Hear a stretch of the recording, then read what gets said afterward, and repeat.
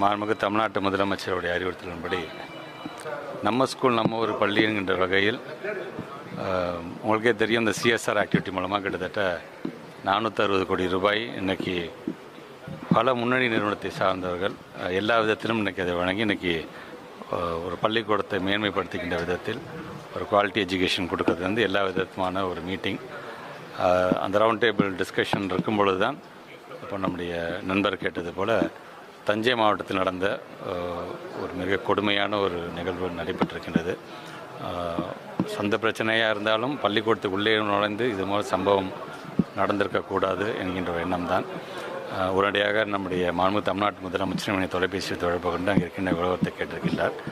மாவட்டத்துடைய அமைச்சர் மாண்புமிகு உயர்கல்வித்துறை அமைச்சர் அந்த இடத்துக்கு விரைந்து கொண்டிருக்கின்றார்.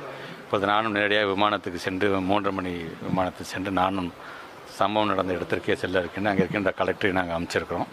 சம்மந்தப்பட்ட நபர் கைது செய்யப்பட்டிருக்கின்றார். இருந்தாலும் நான் கலெக்டர்கிட்ட சொன்னது பிள்ளைங்க எந்த விதத்திலும் பயந்துடக்கூடாது, அவங்களுக்கான ஒரு கவுன்சிலிங் உடனடியாக நீங்கள் கொடுக்க வேண்டும். பள்ளிக்கு விடுமுறையை விட்டு அந்த குழந்தைங்களுக்கு அந்த உரிய கவுன்சிலிங் வழங்க வேண்டும், அவங்களை தைரியப்படுத்த வேண்டும் என்று சொல்லியிருக்கின்றோம். எஸ்எம்சி மூலமாக நியமிக்கப்பட்டிருக்கின்ற அந்த டீச்சர் அவங்களுடைய மறைவு உள்ளபடி அது வேதனைக்குரியதாக இருக்கின்றது. அவருடைய குடும்பத்திற்கு என்றைக்குமே நாங்கள் துணை நிற்போம். அதை வலியுறுத்துகின்ற விதமாகத்தான் இப்போ உடனடியாக நேரடியாக அங்கே நானும் செல்ல இருக்கின்றேன்.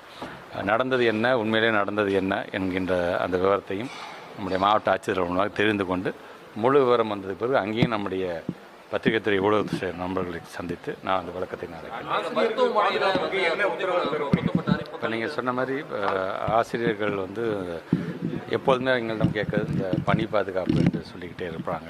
கண்டிப்பாக நம்முடைய மாண்புமிகு தமிழ்நாட்டு முதலமைச்சருடைய கவனத்துக்கும் இதை நாங்கள் கொண்டு செல்வோம். இனி இது போன்று சொந்த பிரச்சனையாக இருந்தாலும் இனி இது போன்று ஒரு நிகழ்வு நடக்காத வண்ணம் எந்த அளவுக்கு நம்ம கவனம் செலுத்த முடியும் கண்டிப்பாக கவனத்தை செலுத்த